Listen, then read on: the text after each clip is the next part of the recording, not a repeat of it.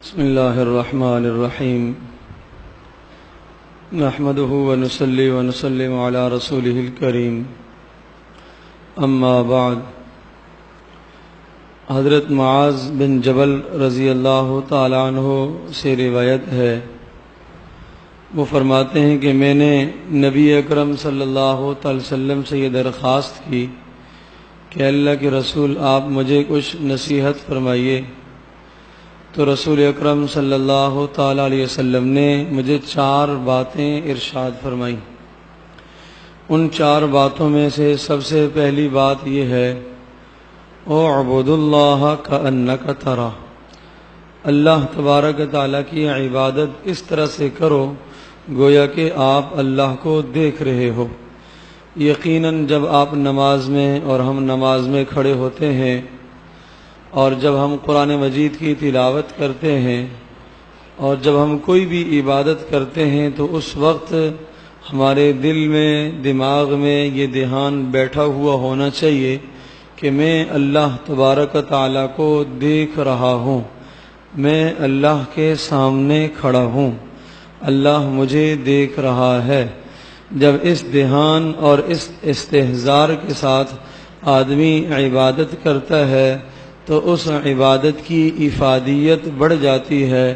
سب سے بڑا فائدہ یہ ہوتا ہے کہ آدمی کے دل میں خشوع اور خضوع پیدا ہوتا ہے، اللہ پاک کی محبت دل میں بیٹھتی ہے، عبادت کا شوق اور رغبت اور بڑھ جاتی ہے۔ تو اس لیے ارشاد فرمایا کہ عبادت کرتے وقت یہ خیال کیا کرو کہ میں اللہ کو دیکھ رہا ہوں، یا یہ خیال کیا کرو کہ اللہ پاک مجھے دیکھ رہا ہے۔ دوسری بات یہ ارشاد فرمائی کہ اپنے آپ کو مردوں میں شمار کیا کرو، اپنے آپ کو مردوں میں شمار کرا کرو، زندوں میں شمار نہ کیا کرو۔ مطلب یہ ہے کہ یہ خیال رکھو کہ ابھی تو تم چل پھر رہے ہو اور کل کسی وقت بھی آپ کا انتقال ہو جائے گا، ایک قریب وقت آنے والا ہے، آپ کی موت آ جائے گی اور پھر آپ کا شمار بھی مردوں میں ہوگا۔ اس لیے ابھی سے ہی اپنے آپ کو تیار رکھو۔ یہ اشارہ اس بات کی طرف تھا کہ موت کے لیے اپنے آپ کو تیار رکھو، ہر وقت موت کے لیے اپنے آپ کو تیار رکھو۔ سمجھ لو کہ گویا کہ آپ کا موت سے سابقہ اور پالا پڑنے والا ہے، اور حدیث پاک میں آتا ہے موت آدمی کو بہرحال پہنچ کر رہے گی، موت انسان کو تلاش کرتی رہتی ہے۔ جب اس انسان کا وقت پورا ہو جاتا ہے فرشتہ آتا ہے اور اس کی روح نکال کے لے جاتا ہے، نہ اس کو آنے سے پہلے آگاہ کرے گا، نہ خبر دے گا، نہ اطلاع دے گا، اچانک اس کی موت آ جائے گی۔ تو اس لیے اس سے پہلے آدمی اپنی تیاری کر لے۔ پھر رسول پاک صلی اللہ تعالی وسلم نے تیسری نصیحت ارشاد فرمائی، وہ یہ فرمائی کہ دیکھو جب بھی کسی پتھر کے پاس سے یا کسی درخت کے پاس سے آپ کا گزر ہو تو وہاں اللہ کا ذکر ضرور کیا کرو، اللہ کا ذکر ضرور کیا کرو۔ کیوں؟ قیامت کے دن یہ درخت بھی اور یہ پتھر بھی اور یہ جگہ آپ کے متعلق یہ گواہی دیں گے کہ یا اللہ اس بندے نے یہاں کھڑے ہو کر ذکر کیا تھا۔ تو کتنی مبارک اور کتنی سعادت کی بات ہے کہ قیامت کے دن ہمارے لیے زیادہ سے زیادہ گواہ بن جائیں۔ معتکفین سے درخواست ہے، مثال کے طور پر ایک حجرے میں وہ ہیں، وہ دوسرے حجرے میں جاتے ہیں، ایک گیرلی سے دوسرے گیرلی میں جاتے ہیں کسی ضرورت سے، وہاں جاتے ہوئے آتے ہوئے اللہ کا ذکر کریں، سبحان اللہ کہیں۔ مسجد کی کوئی جگہ خالی نہ رہے جہاں اللہ کا ذکر انہوں نے نہ کیا ہو، کوئی خطہ نہ رہ جائے جہاں اللہ کا ذکر نہ ہوا ہو۔ اسی طرح سے جو لوگ گھروں سے آتے ہیں وہ راستے میں جاتے ہوئے آتے ہوئے اللہ کا ذکر کرتے رہیں۔ جہاں ایک لمحے کے لیے کھڑا ہونا ہے تو ایک بار آدمی اور کچھ نہ صحیح اللہ اکبر ہی کہہ دے، ایک بار آدمی سبحان اللہ ہی کہہ دے، ایک بار آدمی ماشاء اللہ الحمدللہ ہی کہہ دے۔ تو ان کلمات کے کہنے سے جس جگہ پر یہ کلمات آپ نے کہے ہیں قیامت کے دن یہ جگہیں آپ کے لیے گواہ بنیں گی اور اللہ کے دربار میں یہ کہیں گی کہ یا اللہ اس بندے نے ہمارے پاس کھڑے ہو کے ذکر کیا تھا۔ تو کتنی فضیلت کی بات ہے۔ اور یاد رکھیے کہ جب یہ جگہیں نیکی کی گواہیاں دیں گی تو پھر اسی طرح سے یہ جگہیں گناہ کی گواہیاں بھی دیں گی۔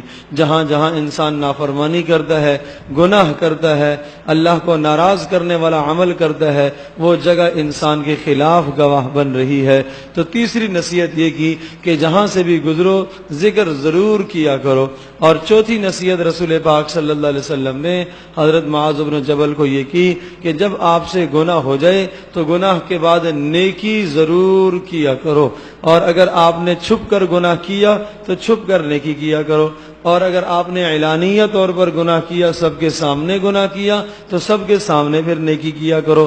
اس نیکی کرنے کا فائدہ یہ ہوگا کہ اس گناہ کی وجہ سے جو آپ کے دل میں ظلمت پیدا ہو گئی ہے، آپ کے دل میں کفر کی طرف میلانیت پیدا ہو گئی ہے، اور آپ کے دل میں جو اللہ اور اس کے رسول کی محبت کی کمی آ گئی ہے، اس نیکی کے بدلے میں وہ کمی پوری ہو جائے گی۔ اس لیے نیکی ضرور کیا کرو۔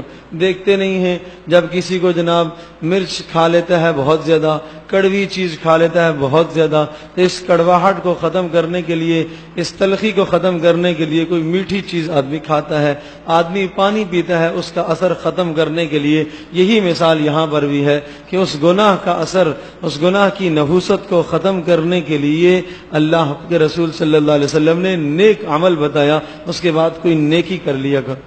اور سب سے بہترین اس میں نیکی یہ ہے کہ اگر ایک آدمی نے زبان سے گناہ کیا، زبان سے نیکی کرے، ہاتھ سے گناہ کیا، ہاتھ سے نیکی کرے، آنکھ سے گناہ کیا، آنکھ سے نیکی کرے۔ آنکھ کا گناہ بد نظری ہے، آنکھ کی نیکی قرآن مجید کی دیکھ کر تلاوت کرنا ہے۔